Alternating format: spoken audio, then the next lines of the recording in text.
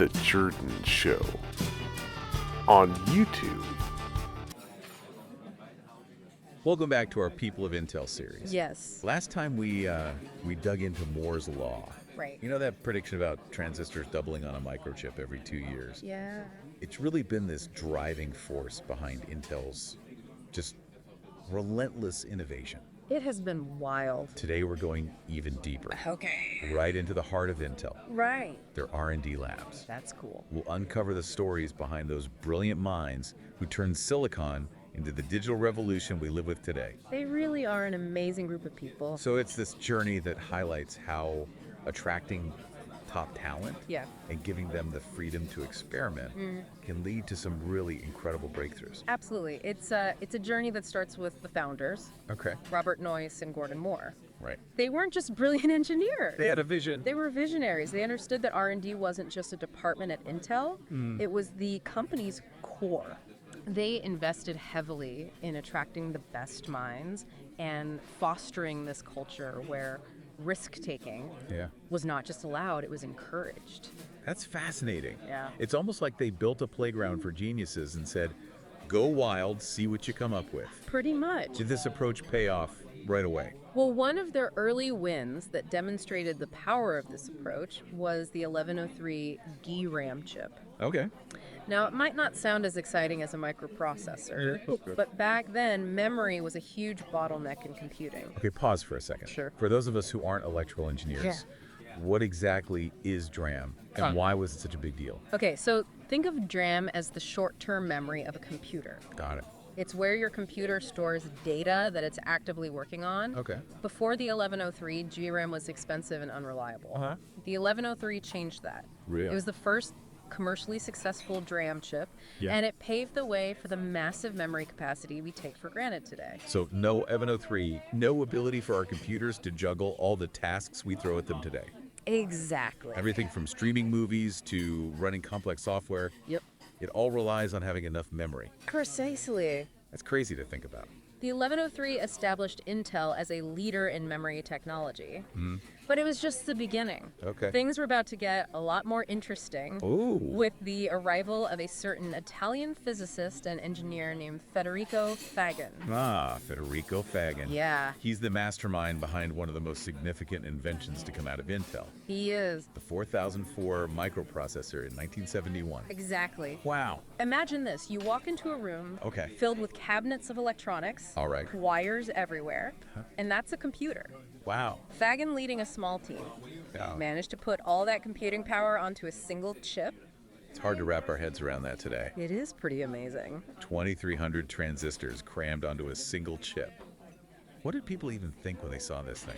It was mind-blowing. Before the 4004, people thought of chips as good for calculators or simple electronics. Makes sense. Suddenly, Intel was showing the world that you could put the brains of a computer onto a tiny piece of silicon. So this wasn't just an engineering feat. True. It was the spark that ignited the personal computing revolution. Absolutely. That's incredible. The 4004 demonstrated what was possible, Yeah. and it paved the way for everything from PCs to smartphones. And to think this all came from a small team at Intel, Yeah. given the freedom to chase a seemingly impossible dream. It really shows you what can happen when you have that freedom to experiment. It really underscores the power of investing in people and giving them the space to experiment. I think that's a key takeaway here. And that philosophy continued to drive Intel's success as they entered what could be considered their golden age of R&D, Absolutely. the 1980s and 90s. The golden age. That's when we saw the rise of iconic processors like the 8086. Yeah, And of course the Pentium. of course. These weren't just incremental improvements. No, they weren't. They were leaps forward that changed the way we use computers. They really were. Tell me more about those breakthroughs. Well, the 8086, Okay. released in 1978, laid the foundation for the x86 architecture, Right. which is still dominant in computing today. Okay, break that down for me. Sure. What does x86 actually mean for someone who's not a tech expert?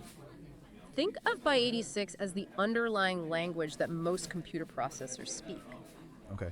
It ensures that software written for one generation of Intel processors Yeah. can run on newer ones, Okay. creating this amazing ecosystem that helped the PC industry to boom. It's like they created a universal translator for computers, Exactly. making it easier for software developers to create programs. Yeah. And for consumers to upgrade their hardware without worrying about compatibility issues. Exactly. Then came the Pentium processor in 1993. Ah, the Pentium. It truly revolutionized personal computing. I remember those commercials. It felt like computers were finally powerful enough to do things like handle complex graphics, multimedia, Yeah. and even early 3D gaming. Exactly. It felt like the future was arriving. It did. And it wasn't just about the hardware. Intel was also pouring R&D resources into advanced manufacturing techniques. Right. They were constantly finding ways to squeeze more and more transistors onto chips, Yeah. pushing the limits of what was physically possible, all driven by Moore's Law. All because of Moore's Law. It was this incredible cycle. It was. Moore's Law set this ambitious goal, Yes. and Intel's engineers and scientists were determined to meet it, Totally. leading to these remarkable advancements in both design and manufacturing. They were incredible. It's a testament to their ingenuity and dedication. Really is. But it wasn't just about churning out chips as fast as they could. No, it wasn't. There was something deeper going on at Intel, Yeah. this culture of experimentation that we talked about. Can you dive into that a little bit more? Absolutely. That's what we'll explore next. Okay. Because this culture was key to how Intel not only kept pace with Moore's Law, Right. but also tackled some of the biggest challenges in computing. Exciting. I can't wait. It's a good one. Intel's R&D labs were truly special. Yeah. Not just for the technology, but for the people and the unique culture that thrived there. Okay, let's dig into this culture of experimentation. Okay. What did that actually look like in practice? Well- Was it just chaos with brilliant minds bouncing around? It was definitely structured freedom. Okay. Imagine a place where engineers were encouraged to think differently, Uh-huh. challenge assumptions, and pursue ideas, even those that seemed risky. Interesting.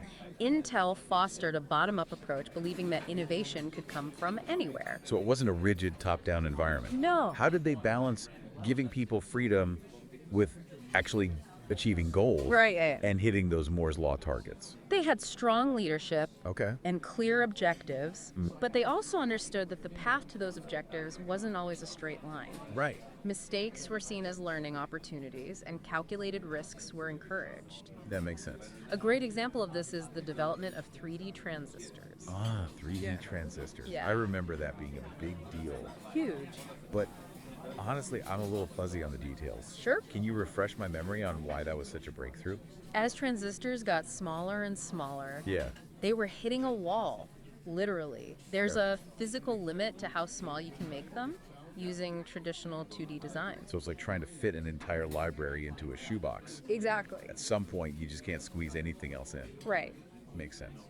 But Intel engineers, ever the problem solvers, Of course. started thinking in 3 dimensions. Yes. Instead of just laying transistors flat, Uh-huh. they started stacking them vertically, Oh, wow. like building a skyscraper instead of a sprawling single-story building. So 3D transistors were the solution to this miniaturization problem. Precisely. 3D transistors were a pivotal moment because they allowed Intel to continue fulfilling Moore's Law even when traditional design methods hit a wall. Wow. It was a true game changer for the entire industry. That's incredible. Yeah. And it all came about because Intel encouraged their engineers to question the status quo Right. and think outside the box. Yeah. Or in this case, outside the plane. Exactly. Did this experimental culture influence any other key innovation? Absolutely.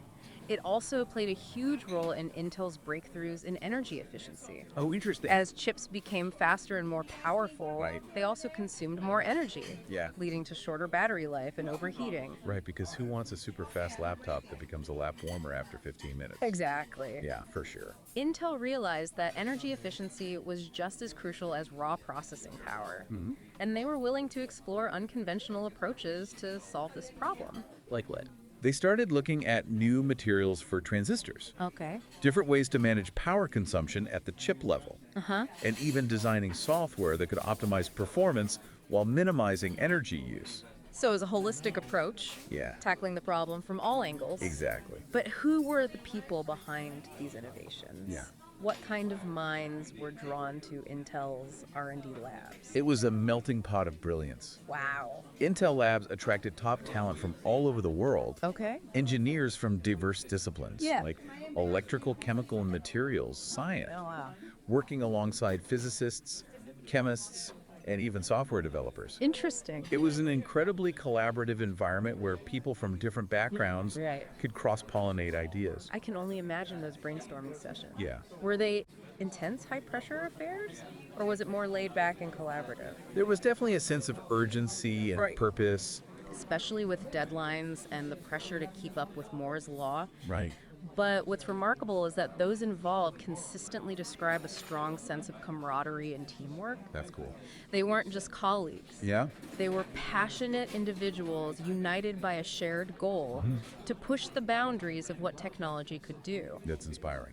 It wasn't just about building chips, it was Right. about building the future. Exactly. They felt like they were part of something much larger than themselves. Yeah. They weren't just writing lines of code or designing circuits, they were shaping the world we live in today. Do you have any specific anecdotes I do. that really capture the human side of these innovations, these Yeah. moments of triumph, or maybe even setbacks that reveal the dedication and passion of these engineers? Oh, absolutely. Okay, great. There's this one story about the development of the Pentium processor Okay. that perfectly illustrates the Intel spirit. You were about to tell me a story about the Pentium processor. Oh, right. Yeah. In a moment that really captures that Intel spirit. So the Pentium was it was a huge leap forward in performance. Oh. But during development, they discovered a critical design flaw Oh, no. late in the game. That's a nightmare scenario. Yes. When you've got deadlines looming Yeah. and everyone's excited about this next big thing. Oh, it was a serious problem. Like what? The bug could cause errors in certain calculations, Oh no. which is not exactly ideal Right. when you're marketing this chip as the future of computing. So what did they do? Oh. Did they try to downplay it? No, Or hope no one would notice? not a chance. Oh, That's oh. not the Intel way. Right. They assembled their best engineers, Okay. locked them in a room, Yeah. and said, find a solution. I'm picturing like a war room situation. Pretty much. Whiteboards covered in equations. Yeah. People working around the clock, fueled by coffee and the sheer will to make this thing work. You're not far off. There were definitely a lot of long hours and pressure. Right. But what shines through in the stories from that time is the incredible teamwork Yeah. and dedication.